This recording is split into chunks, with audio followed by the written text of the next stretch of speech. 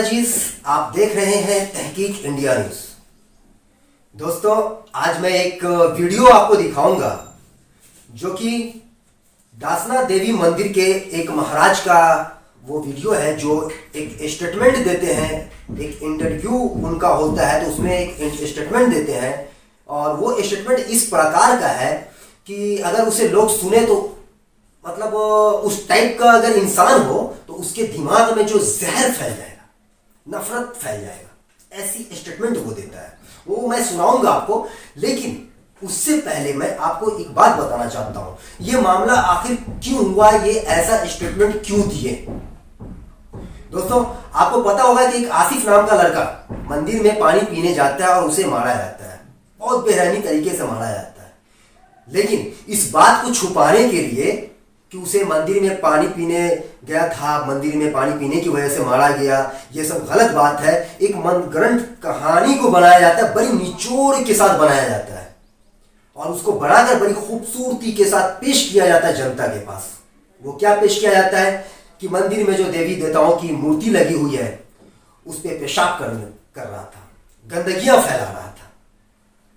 ये आए दिन अक्सर ऐसा होता रहता है।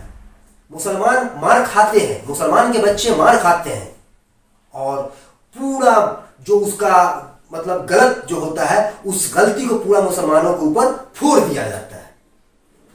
ये लोग एकदम शुद्ध होते हैं, अच्छे होते हैं, ये लोग कुछ नहीं करते, इनकी गलतियां कुछ नहीं होती है। मॉब लिंचिंग में राम के नाम पर राम का जबरदस्ती नाम लेने के लिए कहा जाता है और उसे नहीं लेने पर उसे मारा जाता है, यहां तक कि मौत के घाट उतार दिया जाता है। गाय के नाम पर मारा जाता है, मौत के घाट उतार दिया जाता है। तो ये गलती उनकी नहीं होती है।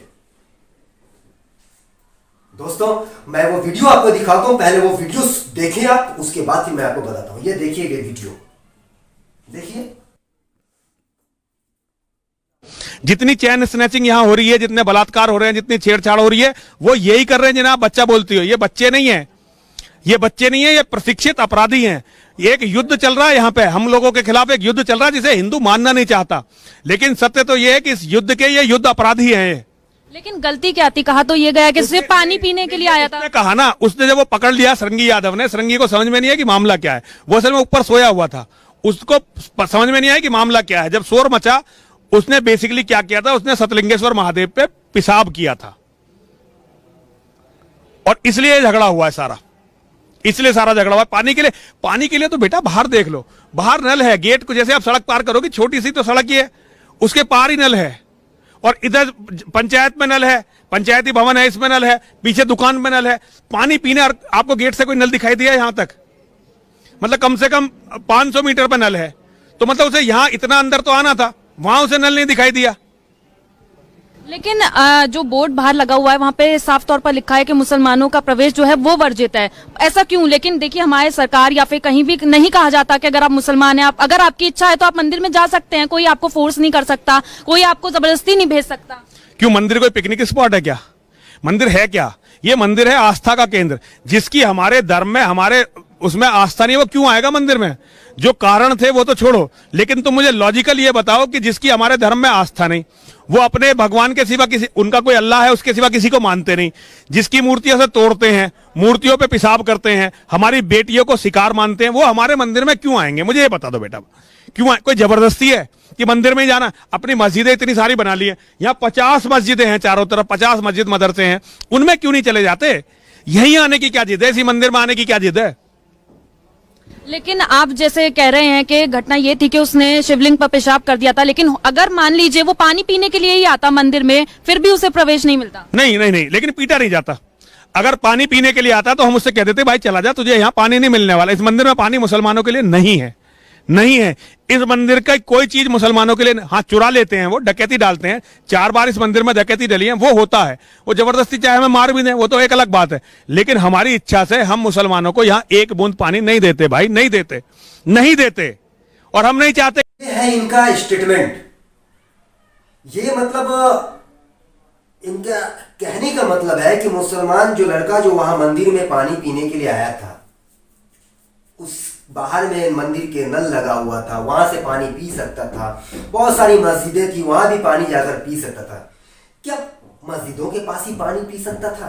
क्या मंदिर के बाहर जो पानी, जो नल लगा हुआ था, क्या वहीं पे पानी पी सकता था? क्या मंदिर में पानी पीना गलत था? सोचने वाली बात है ये। क्या कोई हिंदू अगर आता है, किसी के घर के पास आता है, किसी मस्जिद में आता है, क्या उसे मना किया जाता है? कभी आपने सुना है उसे पानी पीने से मना किया जाता है? कभी नहीं। बल्कि उसे और पानी दिया जाता है, बैठा के पानी दिया जाता है, लो पानी पियो। क्योंकि इस्लाम मजहब सिखाता है प्यासे को पानी पिलाना, भूखे को खाना खिलाना। इनका एक स्टेटमेंट और मैं सुना रहा हूं। ये कहते हैं कि इस्लाम धर्म जो है बलात्कार करना सिखाता है। इनका स्टेटमेंट है एक, आप सुनिए, पहले सुनिए आप, उसके बाद मैं बताता हूं आपको। आइए देखिए। देखिए, आप कह रहे हैं कि मुसलमान जो है लड़कियों का बलात्कार करते हैं, लेकिन जरूरी तो नहीं है कि एक मुसलमान ही होगा तो ही वो बलात्कार करेगा किसी लड़की का। हिंदू लड़के भी आजकल जो है बलात्कार करते हैं। हिंदू लड़के बलात्कार करते हैं, लेकिन उनकी कोई किताब नहीं कहती, उनका धर्म नहीं कहता। मुसलमान लड़के बलात्कार इसलिए करते हैं कि उनके ने उन्हें यह सिखाया है। मेरे भगवान ने बलात्कार नहीं सिखाया। एक किताब दिखा दो, एक किताब मेरी बेटी दिखा दो हिंदू धर्म की जो बलात्कार सिखाती हो। तो हिंदू जो बलात्कार कर रहा है, अच्छा एक सबसे बड़ी बात जिसका मुझे सबसे ज्यादा टीस है, हिंदू कोई भी हिंदू हो, मान लो तुम्हारा कोई छोटा भाई है, अगर वो किसी लड़की को छेड़ता है और मैं शिकायत लेके तुम्हारे पिताजी के पास जाता हूं, तुम्हारे पिताजी क्या करेंगे? वो ये भी नहीं देखेंगे कि शिकायत सच्ची है या झूठी है, वो तुम्हारे भाई को डांटेंगे, उसे मारेंगे। एक हिंदू ये करता है। यहां मुसलमान लड़की छेड़ते थे और हम अगर उन्हें कुछ कहते थे ना, तो इतनी बड़ी बड़ी दाढ़ी वाले मौलाना हमसे लड़ने के लिए आते थे और हमारी बेटियों को बच्चलन बताते थे। तुम्हारा लड़का आके हमारे मंदिर में लड़की छेड़ रहा है और तुम हमारी बेटियों पर टीका टिप्पणी कर रहे हो। ऐसा सहन करने के लिए मैं यहां नहीं बैठा हूं। और ये एक बार नहीं हुआ, ये मेरे साथ 6-7 बार हुआ लगातार। मेरे साथ हुआ ये, औरों के साथ। और तो यहां बोलते ही नहीं थे, मुझसे पहले यहां कोई इस बात को बोलता नहीं था। और भारतवर्ष में मुझसे पहले कोई जो है के बारे में इतना खुलकर बोलता नहीं था, बोलता ही नहीं था। पता ये बात सबको है, सबको पता है मैं सच बोल रहा हूं, लेकिन बोलने की हिम्मत किसी की नहीं थी। लेकिन मैं बोल रहा हूं ना, और कल को लोग बोलेंगे, लोगों में हिम्मत आएगी। आज यहां लड़के खड़े हैं ना इतने सारे, पहले कोई नहीं खड़ा होता था यहां, आज ये खड़े हैं ना बच्चे, तो एक दिन ये सब जगेंगे और ये होगा, हिंदू जगेगा। देखा दोस्तों, ये है इनका स्टेटमेंट।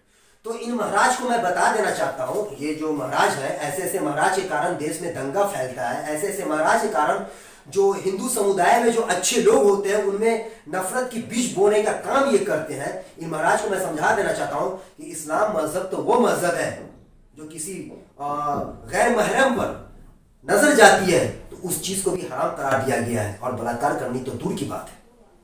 और रही बलात्कार की बात, तो इस्लाम मजहब में बलात्कार की सजा मौत है। ये सभी लोग जानते हैं, हर मजहब हर धर्म के लोग जानते हैं इस बात को। दोस्तों, ऐसे लोगों से सावधान रहने की जरूरत है जो देश के अंदर हिंसा फैलाने की कोशिश करता है, जो देश में हिंदू मुसलमानों के बीच में नफरत की बीज बोने की कोशिश करता है। ऐसे लोगों से हमेशा होशियार रहने की जरूरत है। यह हिंदू मुसलमानों की एकता को खंडित करना चाहता है। ये सिर्फ चाहता है कि इस देश में जो है राम राज के नाम पर जो है दंगा करवाना चाहता है। इसकी एक मानसिकता बन गई है, इसकी एक सोच बन गई है। इस सोच को हम हिंदू मुसलमान को सभी को एक प्लेटफॉर्म पे आके खत्म करना पड़ेगा। ऐसे लोगों का बहिष्कार करना पड़ेगा, या वो किसी भी धर्म से क्यों ना हो। ऐसे लोगों से बच के रहने की जरूरत है। जब इसने उस लड़के को बहुत बेरहमी से मारा, पूरे हिंदुस्तान के अंदर में थू थू होने लगी कि एक बच्चे को पानी पीने की वजह से मारा गया, तो अब उसको एक मनगढ़ंत कहानी बनाकर जो है उसको बड़ी खूबसूरती के साथ पेश किया जाता है। और पेश क्या किया जाता है कि मूर्ति का जो है अपमान करना था, और इसको दंगा भड़काने की कोशिश की जाती थी। बजाते बोर्ड लगा हुआ है, मुसलमानों का आना मना है। क्यों भाई, क्यों मना है मंदिर के अंदर मुसलमानों का आना? तुम मुसलमानों के गांव में, मुसलमानों की बस्तियों में, मुसलमानों के कस्बे में जाओगे राम मंदिर के नाम पर चंदा लेने के लिए, और वो चंदा लेने के लिए नहीं बल्कि मुसलमानों के साथ दंगा करने के लिए, मुसलमानों को मारने के लिए जाते हो, उनकी मस्जिदों को चोट पहुंचाने के लिए जाते हो। तुम जा सकते हो चंदा लेने के लिए, लेकिन मुसलमान के बच्चे मंदिर में पानी पीने नहीं आ सकते।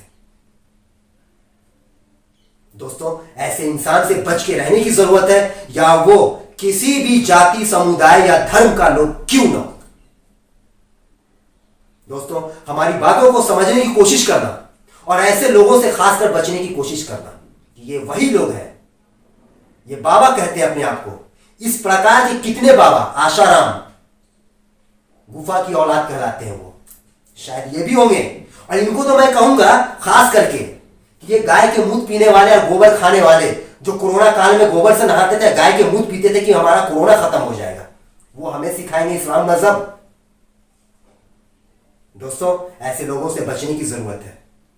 मैं बार बार कहता हूं कि ऐसे लोगों से बच के रहने की जरूरत है, या वो किसी भी धर्म समुदाय का लोग क्यों ना हो, या वो मुसलमान ही क्यों ना हो जो नफरत की बीज देश में बोना चाहता है। दोस्तों, हमारी वीडियो अगर आपको पसंद आई हो तो लाइक और सब्सक्राइब जरूर करें और इस वीडियो को ज्यादा से ज्यादा शेयर करें कि ऐसे लोग से देश की जनता जो है सावधान रहे।